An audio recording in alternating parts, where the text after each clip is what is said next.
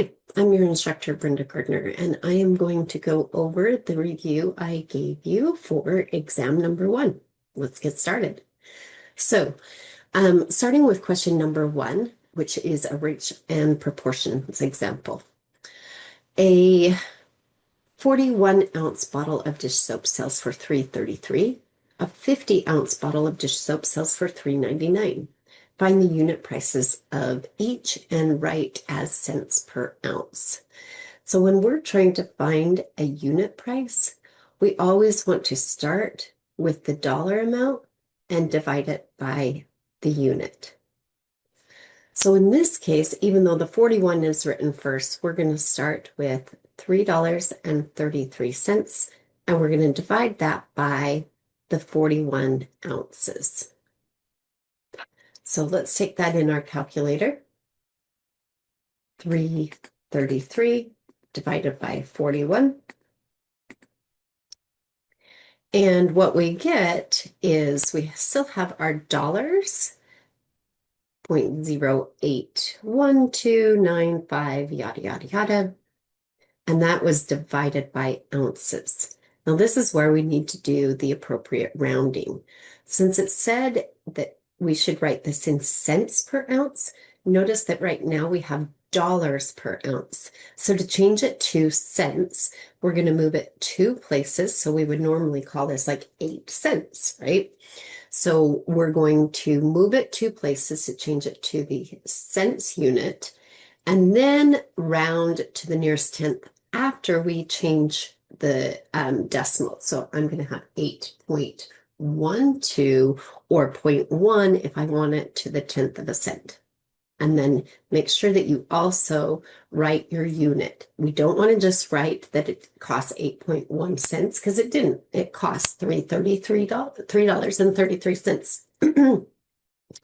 So we want to say that it costs 8.1 cents or approximately 8.1 cents per ounce.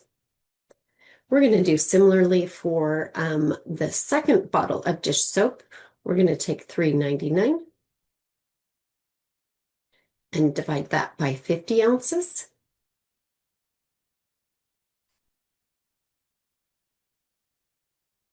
$3.99 divided by 50.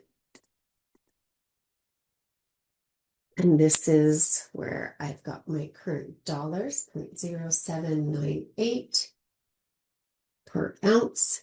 And when I round that and change it to cents, I'm going to get 7.98 cents per ounce.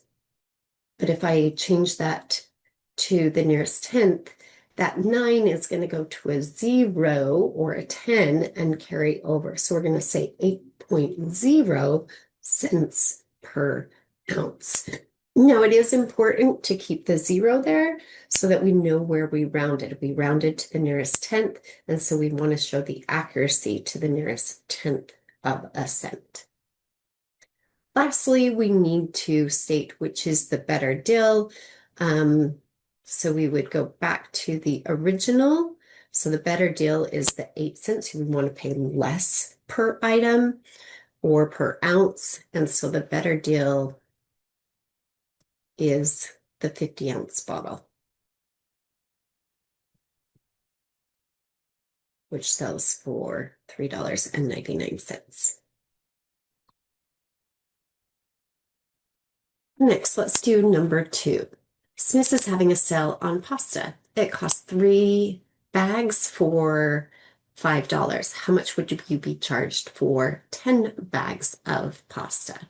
So we can set this up either finding a unit price, or we can actually do a proportion on this. I prefer to do a proportion. I think I'll get my answer quicker than changing to a unit price and then timesing by 10. So the way that I would do this is we could either put 3 bags over $5, or we can put $5 over 3 bags. It doesn't matter as long as I keep my unit the same on my proportion. So I might put $5 for every 3 bags. And then I want to scale that to 10 bags. and then figure out what the cost is. Notice that the bags stays on the bottom. If I initially put it on the bottom, if I put it on the top, it would stay on the top. And then I can cross multiply here. Take 10 times by 5 equals 3 times by my unknown. So I have 50 equals 3 times by the unknown price. Divide both sides by 3. Grab my calculator over here. Take 50 divided by 3. And that would give me approximately $16.67. Let's move on to number 3. I'm 5'7" and cast a shadow of 4 foot 1 inches. If the building I'm next to has a shadow of 12 feet 9 inches, how tall can I calculate the building to be? So this is a proportion as well. So if I am 5'7" and my shadow, which I assume is my horizontal, is 4 foot 1 inch, and then I'm assuming this is happening at the same day and time. And we know that the shadow of the building is 12 foot 9. We want to figure out the height of it. So this is a proportion. The tricky part on this one is we actually have to use our measurement and either change our units to all feet or into all inches. For me, I would probably rather change them to all inches. So I'm going to take that 5 feet and convert that to inches. And we do that by timesing it by 12. So 5 feet is 60 inches. And then I add my 7 inches to that. And so 5'7" would be a total of 67 inches in my height. As far as the shadow, I have 4 feet 1 inch, and 4 feet is 48 inches, plus 1 more inch. So my shadow is going to be 49 inches. So if I wrote this as a ratio, I'm going to say that my height is 67 inches to my shadow, which happens to be 49 inches at the time. When I go over to the building, it's 12 feet, which if I times that by 12, I get 144 inches, plus 9 more inches. And so the building's shadow is 153 inches. Notice that when I set this up as a proportion, I'm going to need to put it in the same location unit-wise. So these are all inches, but the difference is the denominator should be the shadow. So I'm going to need to put 153 inches on the denominator. Put my variable on top and again cross multiply. So I'm going to take 153 multiplied by 67 equals 49x. And then we will end up dividing by 49 to both sides. I can put all of this at once in my calculator using 2 operations. I can put 153 times by 67, get that result, and then divide it by 49, hit equals. This is not a perfect number, so it's an approximation of 209.204. And again, this is in that same unit as what I've got up here as here, and that is going to be inches. So I generally don't talk about the height of a building in inches. So now I'm going to convert this to feet. And we know since there's 12 inches in 1 foot, I'm going to take that 209.2 divided by 12. And this would be 17.43 inches are going to cross out, leaving me feet. Now, this is where, again, it gets a little bit tricky. We can't say that this is 17 feet and 4 inches. We need to convert that 0.43 feet into inches. We know that it's going to be at least 17 feet, but I need to figure out how many inches. There's a couple ways to do this. One way is to take the decimal portion of 0.43 feet and then go backwards. Change your feet into inches by timesing by 12, since there's 12 inches in a foot. So we can subtract off the 17 full feet, leaving me just the decimal portion. I like to leave it exact in my calculator and then times it by 12. And that would give me 5.2 inches. Okay, and then the rounding on that would depend on how accurate we need to be. We might just cut this off. Again, it says round to the nearest inch. When we're talking about a building, I don't need to be exact, if I'm just reporting this out to a friend. So I might just say that that's going to be 17 feet, right? And 5 inches in height. Okay, let's move on to our percent examples. So question number 4, Emily paid 118.3 or $118.30 for an item that was originally priced at $169. What percent did Amelia save? So if I want to know the percent of savings, then that means I need to know the dollar amount that I save. And then we always divide our percent by the original amount. So to figure out how much money I save, I'm going to, in this case, take my original price and subtract the price that I paid. That will give me the dollar amount that I save. And then the original amount was $169. So let's first calculate the savings by taking 169 minus 118.3. And then when I get that result, divide it by 169. And that happens to be 0.3. And I'm going to now change that from a decimal to a percent by moving it 2 places. So we save 30%. Now, in this case, it asks us to round to the nearest tenth. That is still 30%, or we might even write it as 30.0%.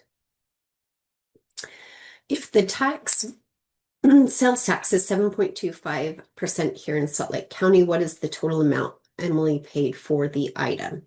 So again, she paid 118.3 before tax. So after tax, there's 2 ways to do this. We can do it in 2 steps or 1 step.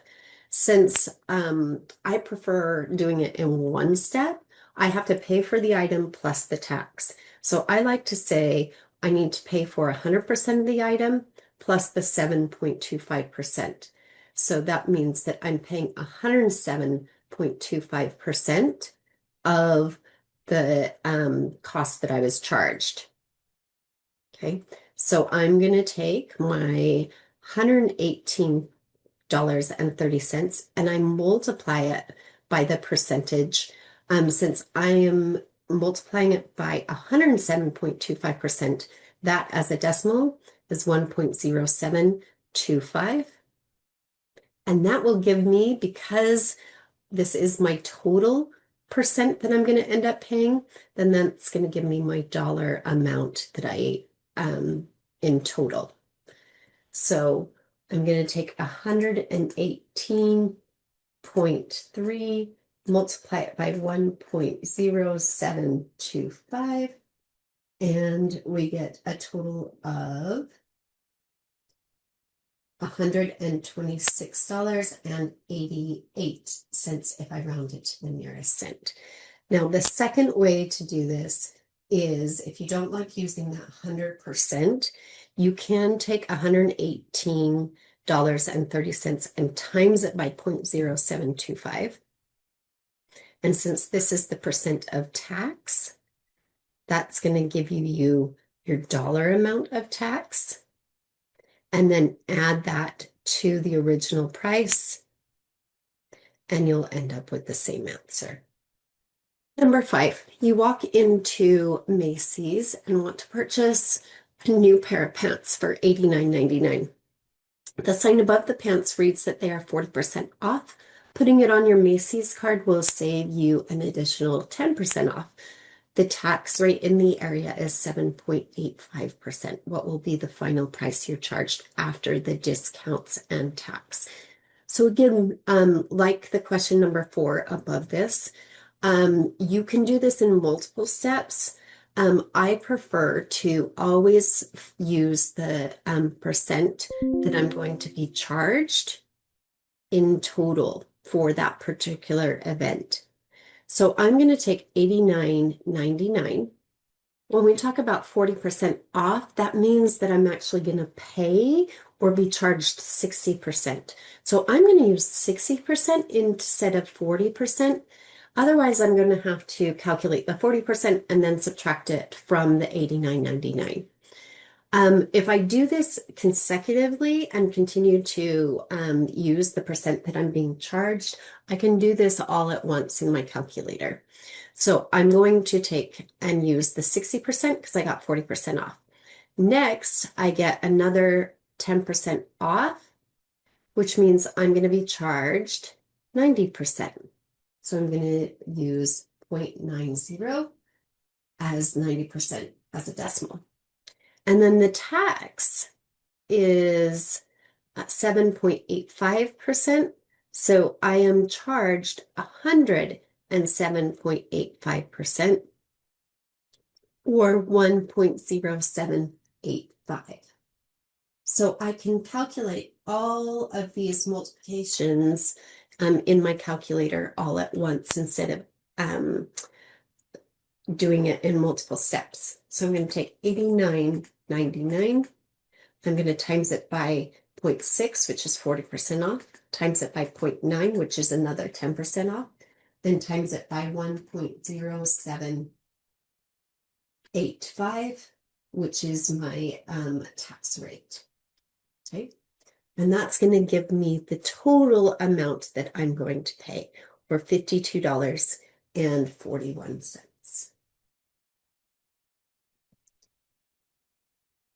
Let's move on to number 6. You want an A in this class. Going into the last exam, you happen to have an 87%. So you feel like maybe you're close. If everything had been graded except for the last exam, which counts as 15% of your overall grade, what do you need to get on the exam to raise your grade to an A? So we have 15% is what remains on your grade, unearned, which means that if 100% of your grade minus the 15% remains, then you have earned 85% of your grade so far. So 85% of your grade, which we can change to a decimal, I have already earned, which is an 87%. And so that's basically what I've earned so far. And I'm going to add the 15% of my grade, which I still have yet to earn. I'm going to multiply that by the grade that I'm going to get on that final exam, which is what I need to calculate. So that's my variable. And what that's going to give me is my end grade, which is my goal of 93%. So I'm going to put my 93%, changing each of these to decimals. Let's calculate 85% of 87%. So if I take 0.85 and I multiply it by 0.87, I'm going to get 0.7395 plus 15% of my grade, which is unknown, needs to equal 93%. So we're going to subtract off what I've already earned toward my grade.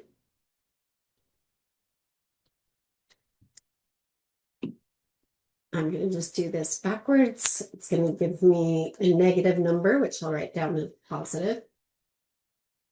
So I have 15% of my grade needs to be equal to 19.05%. Let's divide by our 0.15 to isolate my variable. and we get 1.27. Now, what that means is I need to still change this to a percent. And if I change this to a percent, then I multiply by 100. So I need 127% on my last or final exam. Okay. And so if I only have an 87% in the class and I want to get an A, it would be impossible for me to raise my grade up to an A. This is something that you can do in all of your classes. So hopefully you find this useful in your future studies here at Salt Lake Community College. Okay, let's move on to number 7. The charge on your credit card statement for dinner was 80, excuse me. The charge on your credit card for dinner after taxes was $28.72. If the tax rate in the city that you bought the dinner was 8.45%, what was the charge before taxes? So a lot of people want to multiply your 8.45% by your 28, but $28.72 is the end result after you were added, the taxes were added. So that means it's the end after I've done the calculation. Now, this is where it's helpful if you use the percent that you ended up being charged.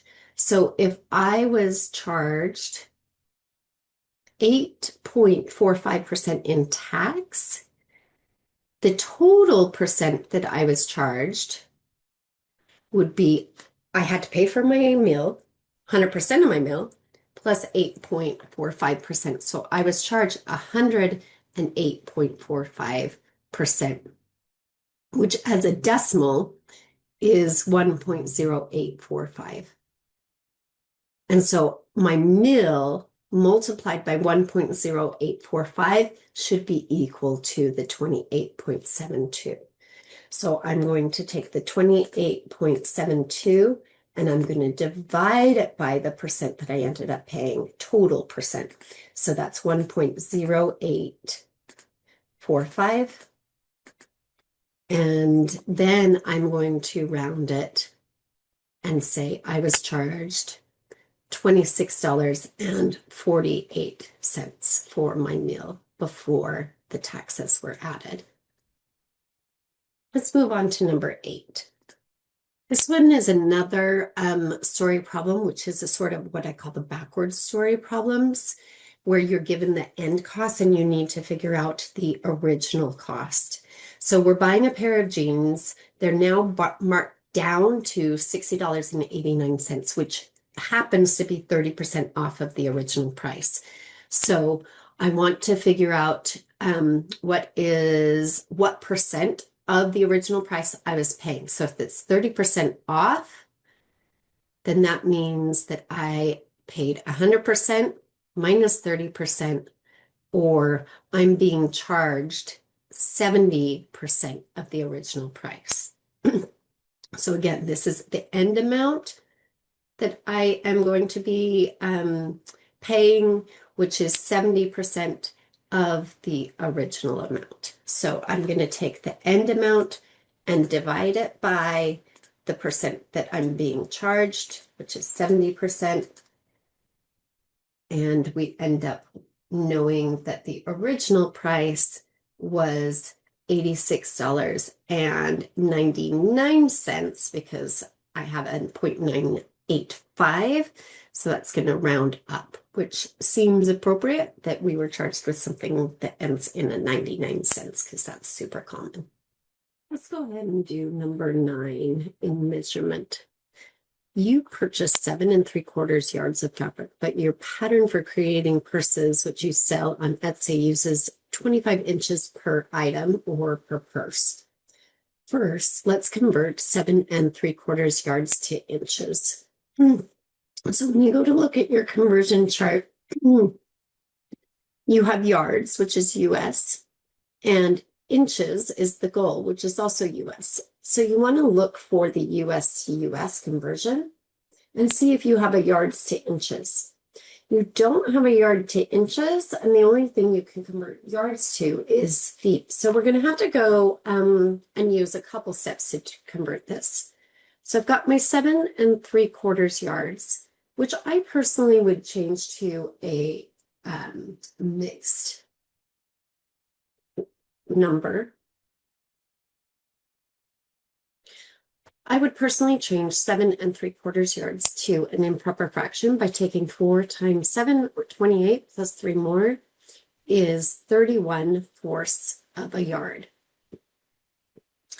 And then we're going to use the 1 yard is 3 feet conversion by putting 1 yard in the denominator, 3 feet in the numerator. Notice that we put yards in the denominator, so it cancels with the yards that we were given. And this would convert us to feet. We do want inches, so we're going to go one more step and convert our feet, putting it on the denominator so that it reduces in inches. And there are 12 inches per 1 foot. When I put this in my calculator, there's a couple ways to put it in. I don't like the fraction button, but I will instead take 31, and then instead of over 4, I use divide by 4, and then times by 3, and then times by 12. So we know that 7 3/4 yards is the same as 279, and we are left with the unit inches. Let's move on to part B. How many purses can we create from the fabric? So now that we know that we have 279 inches, we need to go back to our pattern to convert this to how many purses. On Etsy, we know that we use 25 inches per item. So I'm going to put inches, the 25 inches per 1 item or per 1 purse on top. Notice that I put the inches on bottom so that I can reduce the inches. So I could say that 1 purse is 25 inches, or I can say 25 inches is used in 1 purse. It's the same thing. We just want to put the unit in the appropriate place to reduce the inches. And so I'm going to take 279 and I'm going to divide that by 25 to give me 11.16 purses. And of course, that doesn't make sense. I need to use my rounding, my situational rounding here. Even if this was 11.76, we would not be able to make 12 purses. We need to round down to 11 purses.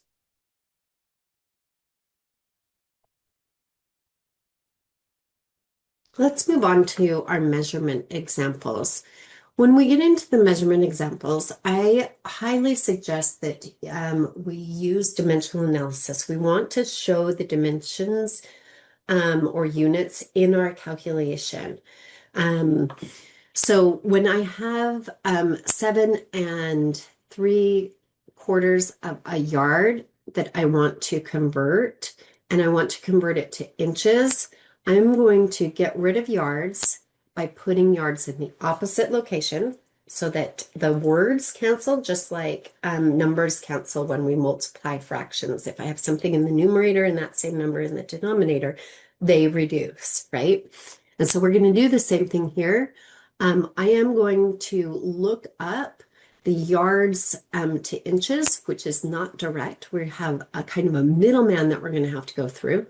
We are going to have to go yards to feet. So 1 yard is 3 feet.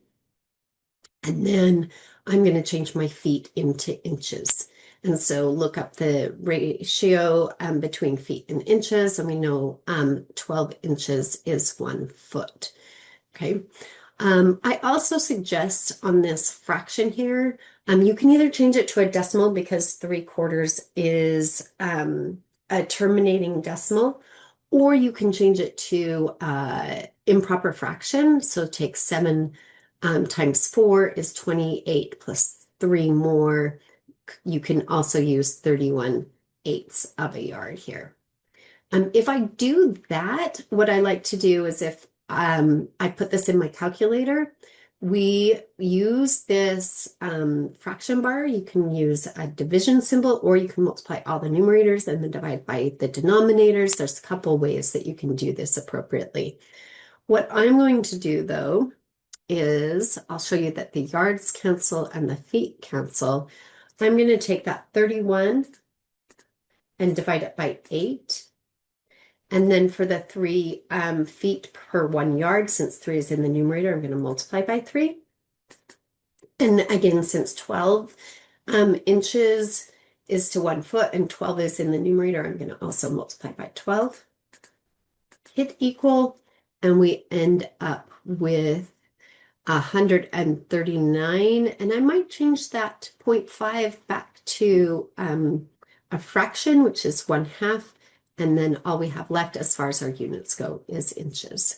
So 7 3/4 of a yard is the same as 139.5 inches.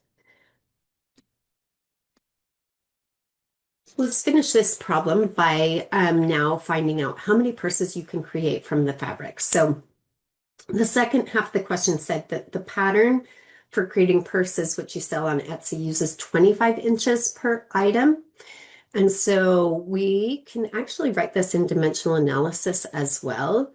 We could say that I have 139.5 inches.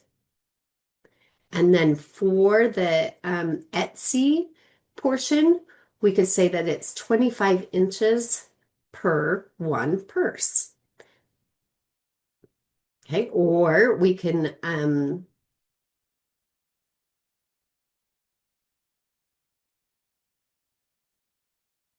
now my inches are going to cancel, and I'm going to end up with 139.5 purses over 25. So we're just going to take that 139.5, divide it by 25. We end up with 5.58 purses. This doesn't make sense as far as in the real world. So we're going to use our situational rounding here, and we're going to decrease that. I can't say I can get 6 purses. I'm going to be short 6 purses, but I can at least create 5 purses from the material.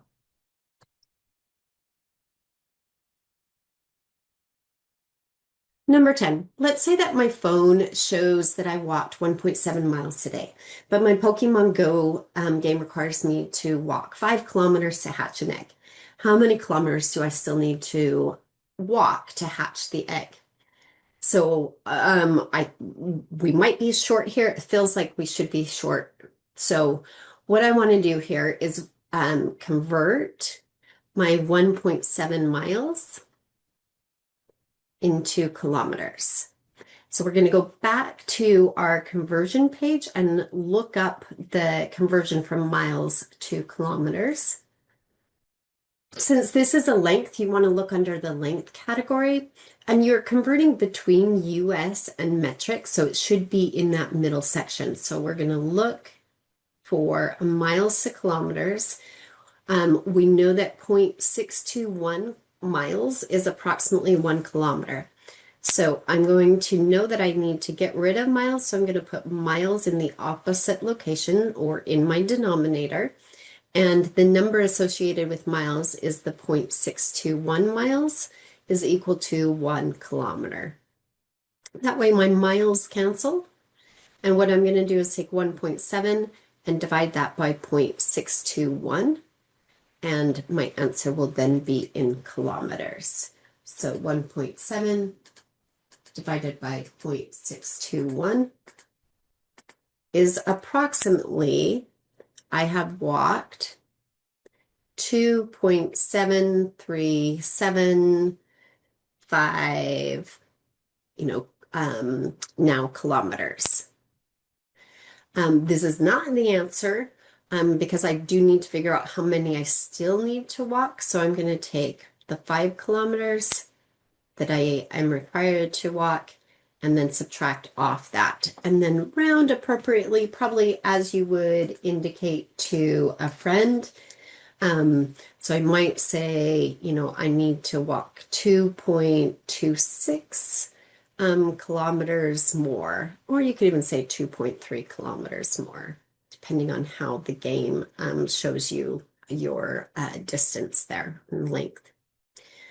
Part B, if it takes me 15 minutes to walk a kilometer, how many more minutes do I need to walk?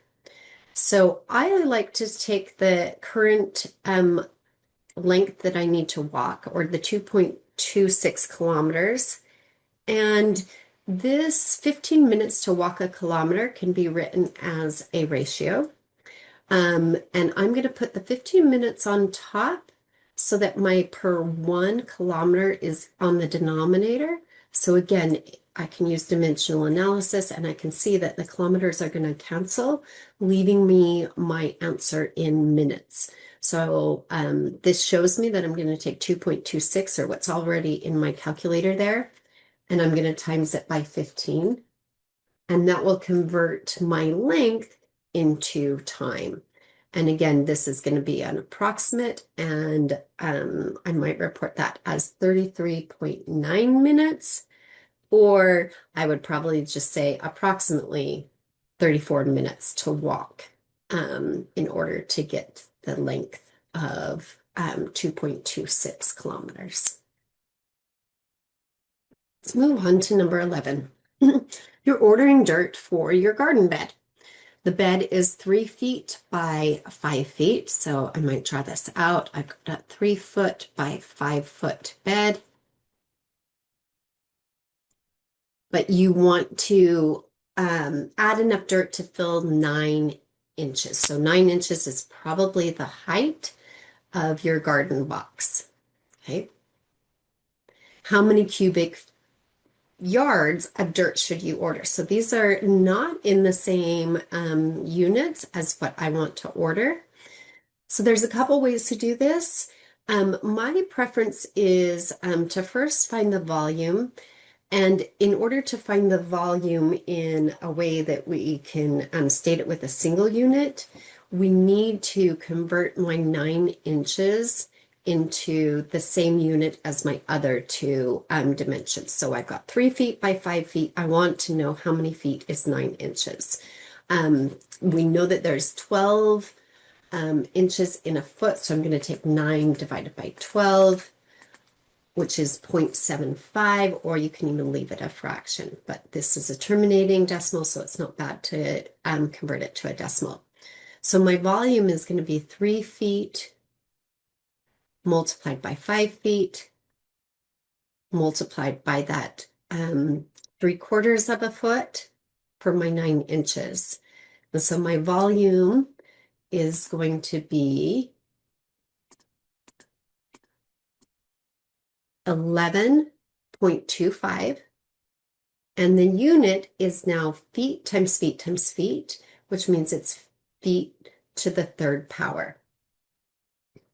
Once I have my volume in the same dimensions, or each dimension in the same unit, I want to convert that to the unit that we need to purchase our material in. So I need to convert my cubic feet into cubic yards. When you look this up, there's 3 feet per 1 yard. But that's just one dimension. So if I need cubic feet and cubic yards, we need to take this to the 3rd power. So 3 to the 3rd power is 27. So 27 cubic feet is equal to 1 cubic yard. So I'm going to divide by 27 cubic feet in order to convert it to cubic yards. So when I divide this by 27, we're going to say, oh, I need approximately 0.416 cubic yards. And this is where it asks us to round appropriately based on the situation.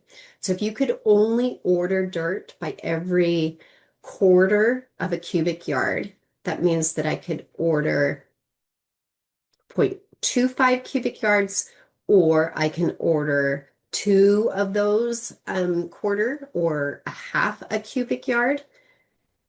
And so in this case, I would want to round that up, right? So I have enough dirt. I'm going to go ahead and order a half.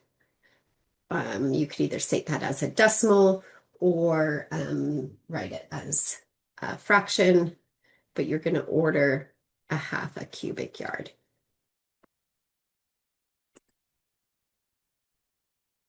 Number 12. It is estimated that a driver takes on average 1.6 seconds from seeing an obstacle to react by applying the brakes or swerving.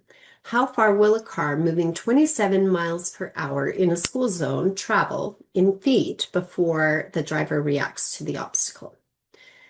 So I like to start with the speed in which I'm driving, and I'm going to take that 27 miles per hour means that I could state that over 1 hour.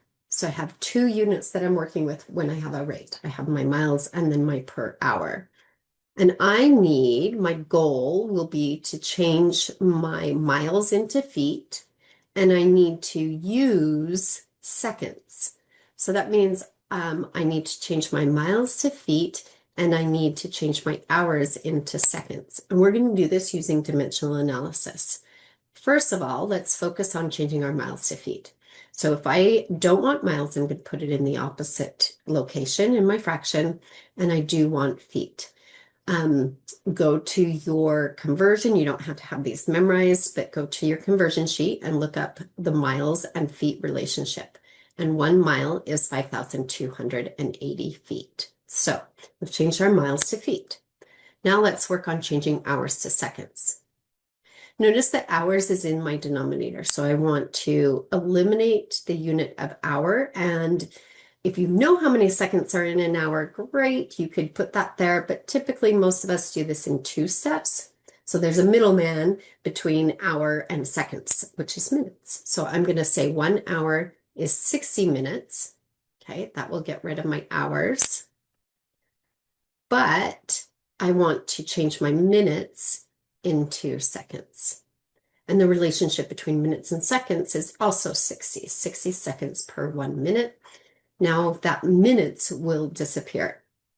So I've canceled all my units except for feet and seconds. Now here's where, depending on how you learned this, I will now put my 1.6 seconds in this same multiplication problem so that the seconds cancel out. So I'm going to now apply the 1.6 seconds in that same expression. And now in my calculator, all I need to do is take the 27, multiply it by 5280. Since 60 in my third fraction is a denominator, I can divide it by 60, divide by 60 again for that fourth fraction, and then times it by 1.6, and then hit my equal sign. So let's go ahead and do that. 27 times by 5280, divide by 60, divide by 60 again, multiply it by 1.6, and we end up with 63.36. Go back and look at your units. Everything's canceled out except for the unit of feet. So we do have our answer in feet. It doesn't tell me anywhere to round, so I'm going to go ahead and leave 63.36 feet as my answer. Let's move on to number 13. Hannah is standing at the edge of the canyon. She yells across it and hears the echo 1.8 seconds later. So I like to kind of draw this out. I'm yelling across. And so what happens is the sound goes all the way to the canyon wall. And an echo means that it comes back at you, right? And so if I hear it in 1.8 seconds, that means that it had to go half that time to get to the wall and then half that time to come back to you. Okay. So in this particular problem, we are actually going to only use the 0.9 seconds because we want to know how far away is the canyon wall. So the sound is related to half of the distance. Assuming the speed of sound is 335 meters per second, how many feet is the canyon wall? So let's, just like the problem before, I like to start with the rate that things are traveling at. So I'm going to start with the 335 meters per means over 1 second. Okay. And my goal is change my meters to feet. And my seconds, oh, good. I can keep that a second because that's what I was given my unit of time in. So seconds is good. Let's start by changing my unit of length from meters into feet. So we're going to look up that conversion. And when you go to your conversion sheet, you'll see that you're trying to change US and metric, going back and forth between those two, meters being metric, and then feet being US system of measurement. So you're kind of looking between the two options, inches and centimeters and miles and kilometers. And you could choose either of those, but which one is closest to get you there? And I am going to I'm going to just choose to use the inches and centimeters. But I have meters, not centimeters. So I'm going to first convert my meters to centimeters. And we can do that using the second line under metric to metric. So we know that there's 100 centimeters per 1 meter. Okay. Now my unit will be converted to from meters to centimeters. But I really don't want centimeters. I have centimeters to inches. So 2.54 is associated with the centimeters per 1 inch. That will help me convert from meters to centimeters and centimeters to inches. And then I have to go one more step. So I have to convert my inches into feet. And so the conversion from inches to feet, that one is more familiar to most of us. There's 12 inches per 1 foot. So I had to do 3 steps in order to convert my meters into feet using the inches to centimeters conversion. The other option is to change your meters to kilometers and then kilometers to miles and then miles to feet, which should get you an approximately same answer, although sometimes your decimals change just slightly because these are not exact when we go from miles to kilometers. If I use inches and centimeters, that is actually an exact conversion, which is part of the reason why I chose to go this way.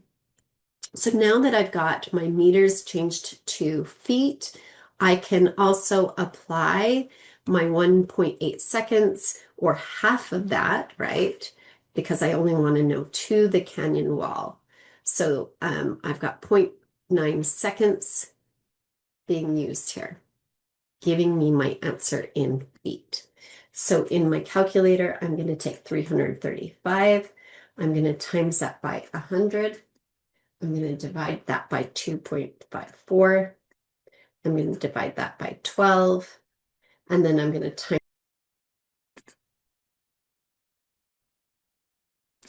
Let's go ahead and do number 14. A pizza place is selling 2 different shapes of cheese pizza for the same price. You can get 2 small square pizzas. So I'm going to just kind of draw this out. You can get 2 small pizzas which have sides of 12 inches.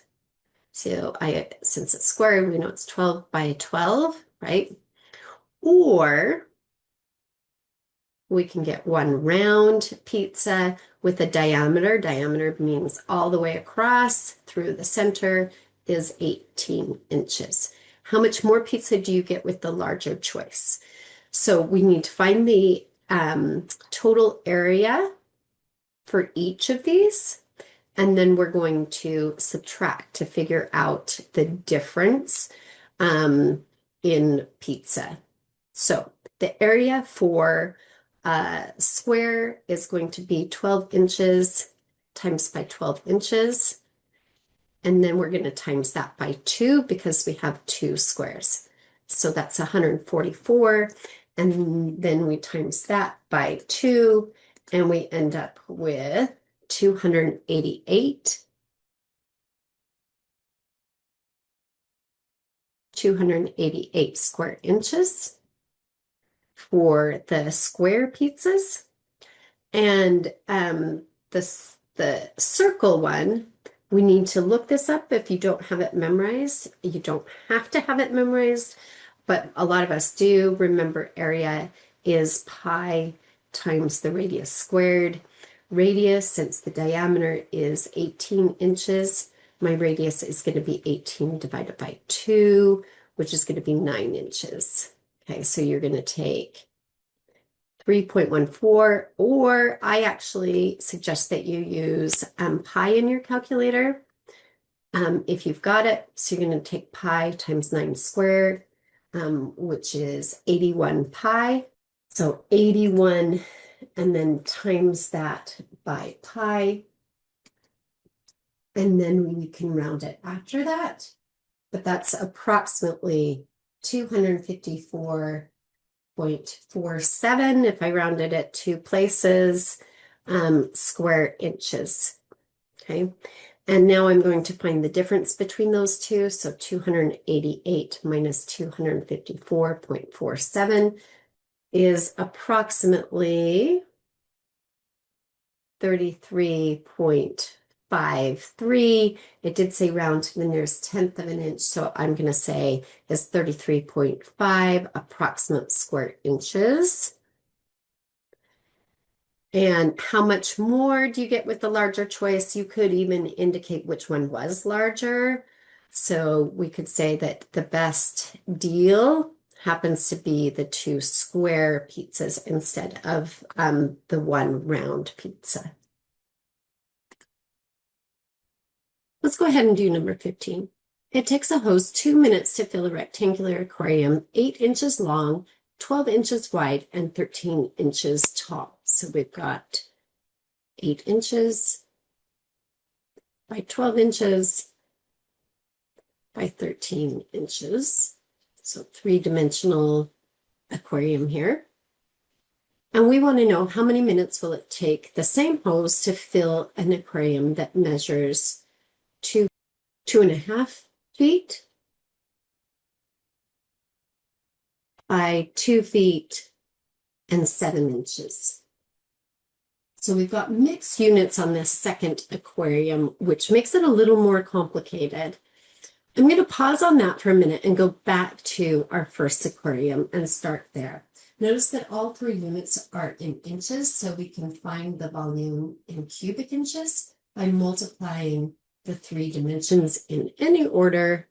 13 inches by 8 inches by 12 inches. And in my calculator, I've got 13 times 8 times 12, which is going to be 1,248 cubic inches. Okay, so the volume of my first aquarium is 1,248 cubic inches.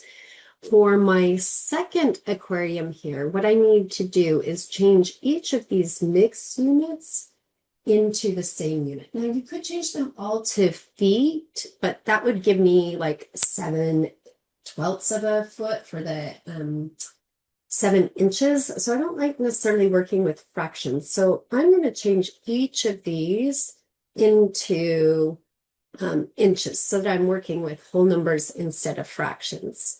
To do that, all I need to do is change the feet piece and add the inches. So 2 feet is going to be 2 times 12 or 24 inches.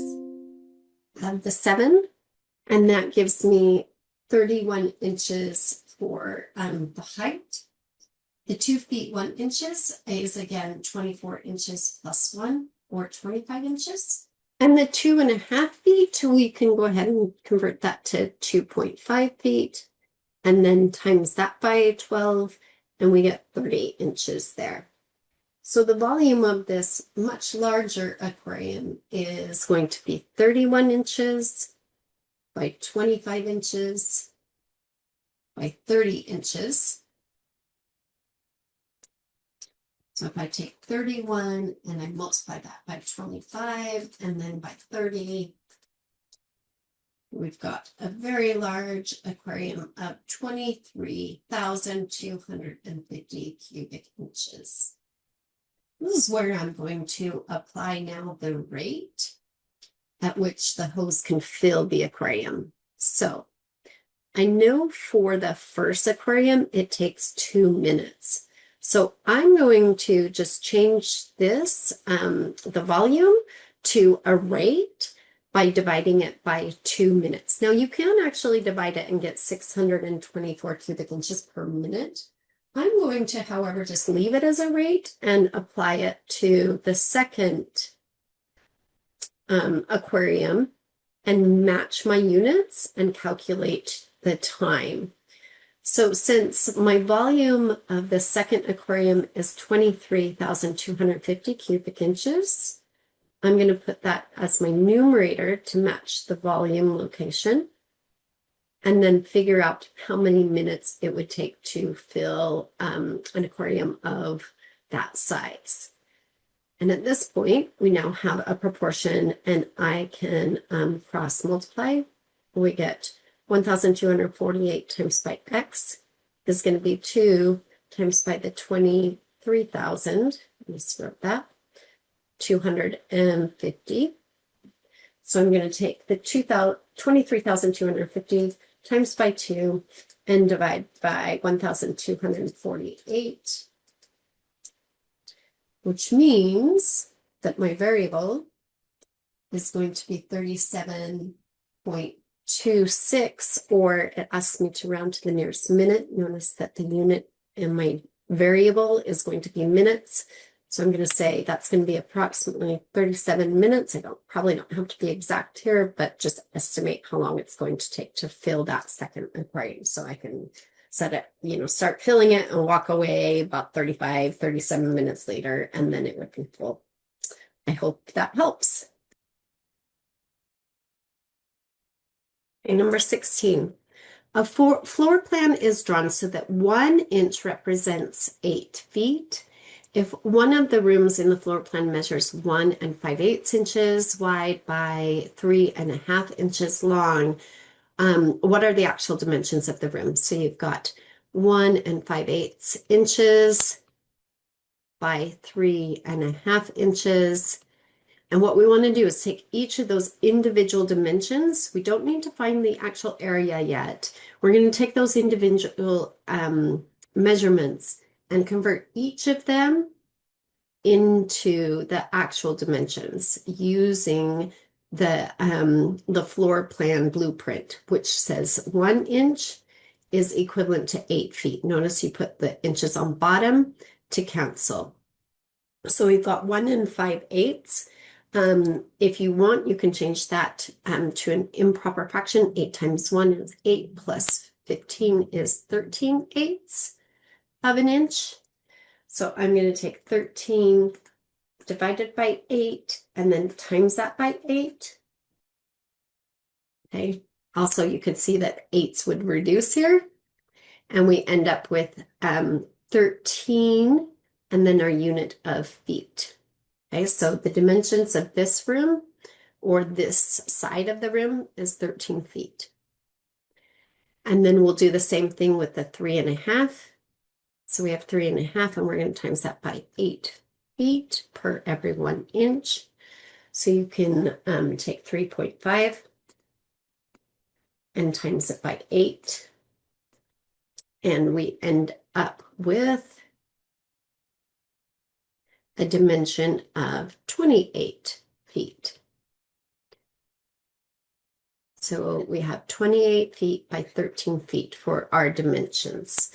We might even want to say wide for this one and long using the same descriptors.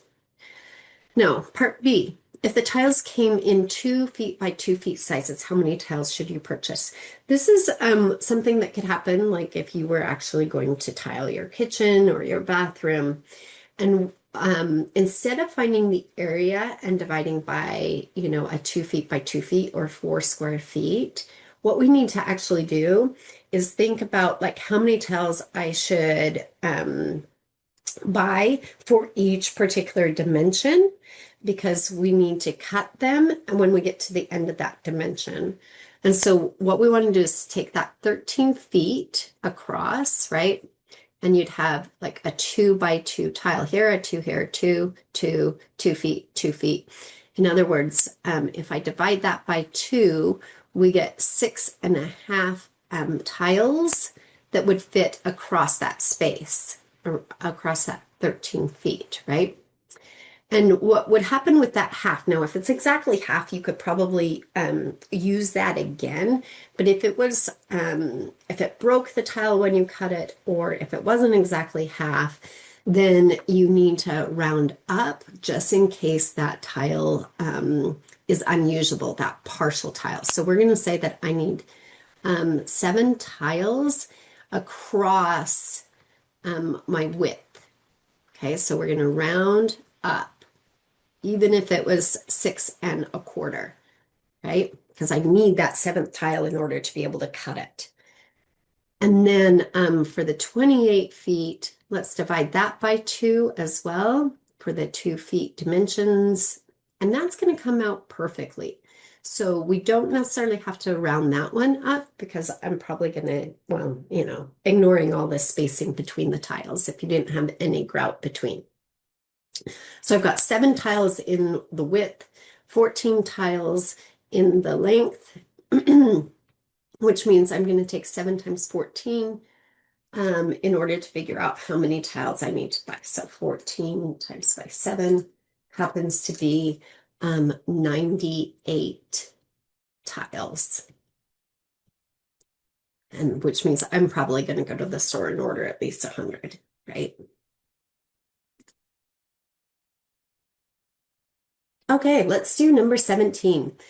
You and your friend are driving 416 miles to Las Vegas and agreed to split the cost of gas. It takes you 5 hours and 45 minutes to get there, and the car averages 41 miles per gallon. Gas on average will cost you $3.79 per gallon for the lowest grade. How much will be your portion of the trip? So what do we got to do here? There's a lot of information that's given to you.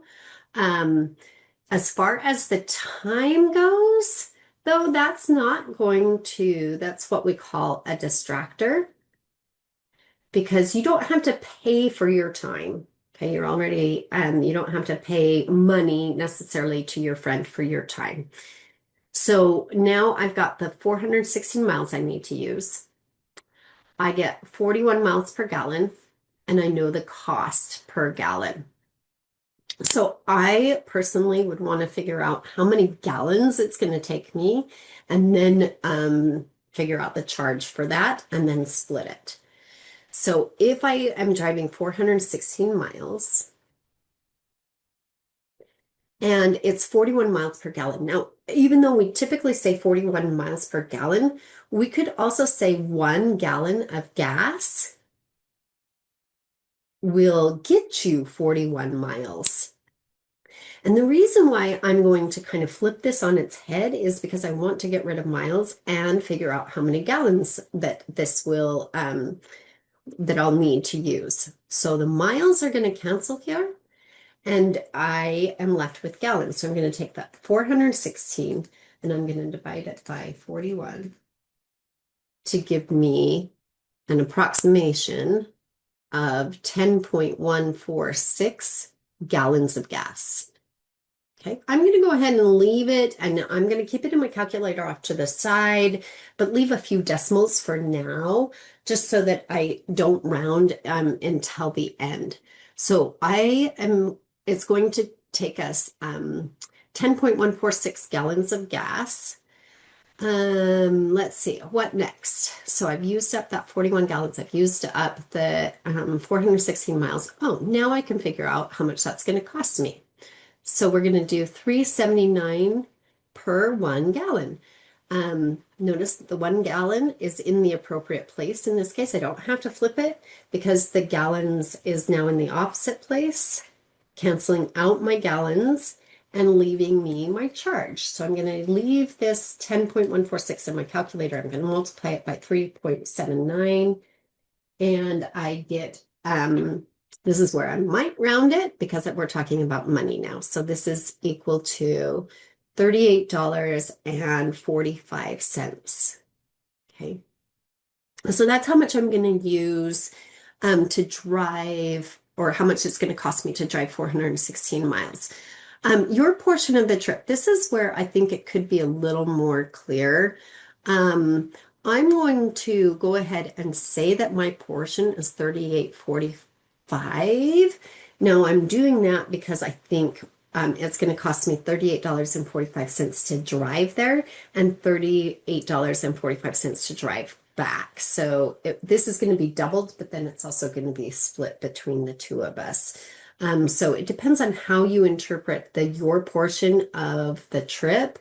So this would be my portion of the round trip.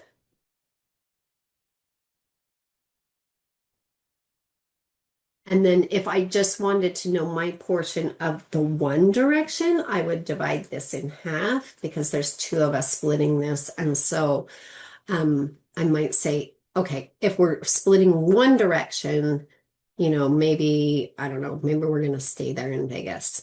Then this would be my portion to Vegas.